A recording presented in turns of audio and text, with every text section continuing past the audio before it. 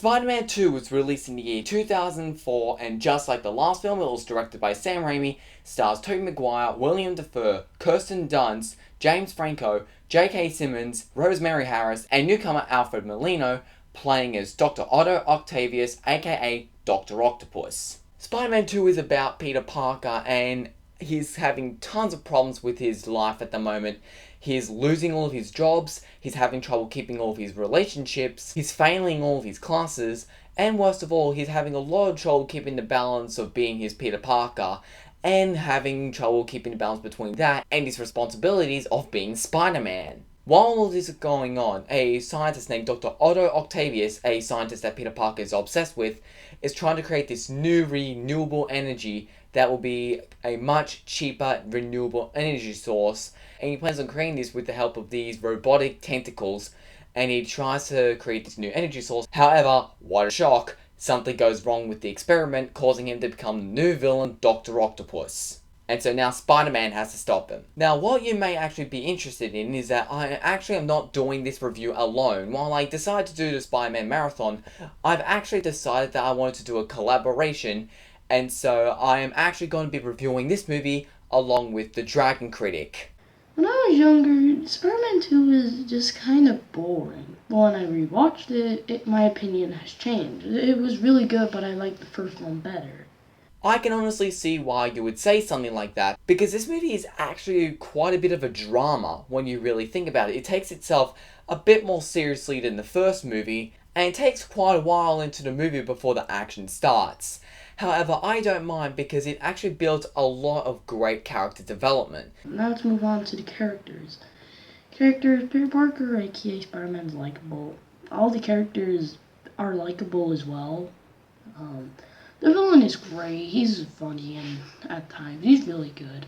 The characters are fleshed out because we actually see a relationship between Peter Parker and Dr. Otto Octavius before he turns evil. We have fleshed out the relationship between Peter Parker and Mary Jane, the relationship between Peter Parker and Aunt May, the relationship between Peter Parker and Harry Osborn, and all the consequences of trying to keep balance of all of his grades at school, his work, his relationships, and trying to top all of that along with the responsibilities of being Spider-Man. And now this is bringing up a lot of pressure, because throughout the entire film, nothing really goes Peter's way. And since Peter Parker is likable in this movie, it actually allows you to actually root for him, and we want to see good things come out of this guy, but it's just not happening. So this movie is a bit of a drama, and there actually really isn't that much action till sort of the second half of the movie. And I don't mind because I got really invested into the characters, and I found the dialogue scenes just as engaging as the action scenes, which is a really great compliment to give a movie. While this movie is a drama, it does also definitely have its funny moments. I love the opening scene with the pizza delivery. It is such a fantastic way. Like the little moment where Peter Parker runs into the alleyway with the pizzas, and then a few seconds later he comes out as Spider-Man with the same pizzas. A witness sees all this happening, and since he doesn't know that they were actually the same person, and so he just stares at him, mistakes it, and goes, "Whoa! He stole a guy's pizzas!" Or later on in the scene where Peter Parker sees a bunch of kids about to be ran over by a truck, so he just throws the pizzas out into oblivion and then saves the little kids, and the pizzas conveniently land on a balcony. A guy sees them, so the guy who sees the pizzas manages to sneak a bit of a slice out, and then Peter takes the rest of the pizzas away, and then he webs that one slice out of the guy's hand. Other great comedy scenes involve J.K. Simmons as J. Jonah Jameson. I said it before my last review, and I'll say it again. This guy is golden. Like, I always crack up laughing at this scene. What are we gonna call this guy? Oh, Dr. Octopus. That's crap. Science Squid? Crap. Doctor Strange. That's pretty good. But it's taken. Wait, I got it. Dr. Octopus. But, I like it. Of course you do. New villain in town. Doc Ock.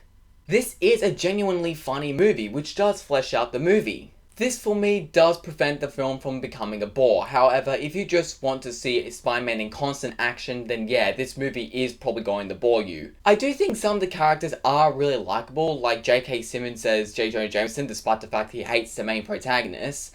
I also like characters like Dr. Otto Octavius, and even Octopus when he as a villain, because he's really well fleshed out. And I really do like the characters and the chemistry between Peter and Harry Osborn and Aunt May. but I honestly don't exactly like Mary Jane. And it's not just because it's like, oh, I don't know, the 5th time she's been put in danger in this series, but I don't like her because she is very, very, I don't know how you put this, harsh on Peter. All I really see as Mary Jane in this movie is just a selfish brat, and it's really sad because I honestly liked her from the first movie. And in this movie, she just seems really selfish and self-centered. She does gradually get better at the end, and I would let that save the movie, except for the fact of... I'll get more in detail when I talk about Spider-Man 3. But apart from Mary Jane, I do agree with you on the fact that I do get very invested with the characters. I think the characters are very likable. The action scenes are awesome. You know, there's like a train scene. I just really like them scenes. They're really good action scenes.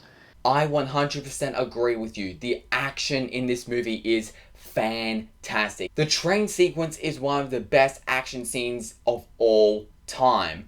Does it compete with the Mission Impossible bullet train scene that I praised in my Mission Impossible review?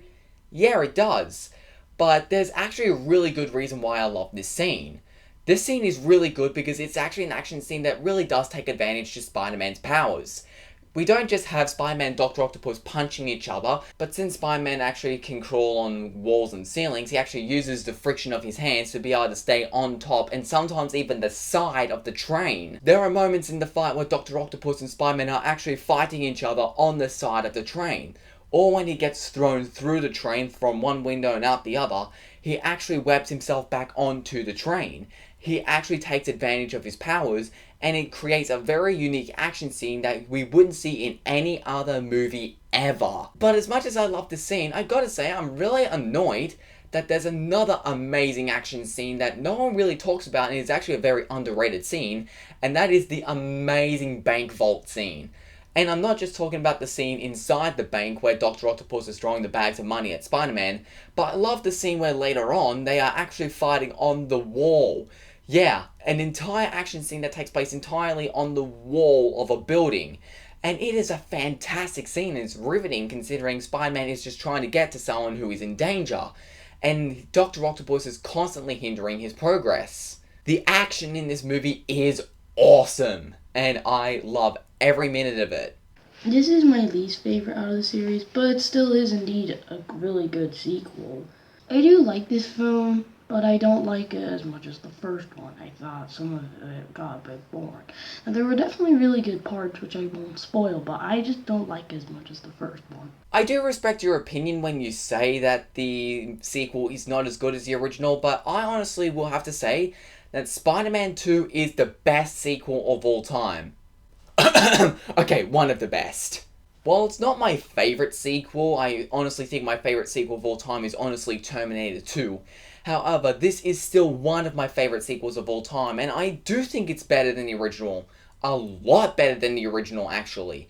It's funny, it's sad, it's upbeat, and it's just a fun movie. The characters and the story is very, very compelling, which is why I honestly never get bored with this movie, and the action in this movie is fantastic. My only real complaint about this movie is not only Mary Jane, how she's unlikable, and the fact that she gets kidnapped again, but I'm also really unsure about the hospital scene. There is a really common complaint about the hospital scene, how it's shot like a horror film basically, and it's very horrific and it's a bit too much for a Spider-Man movie.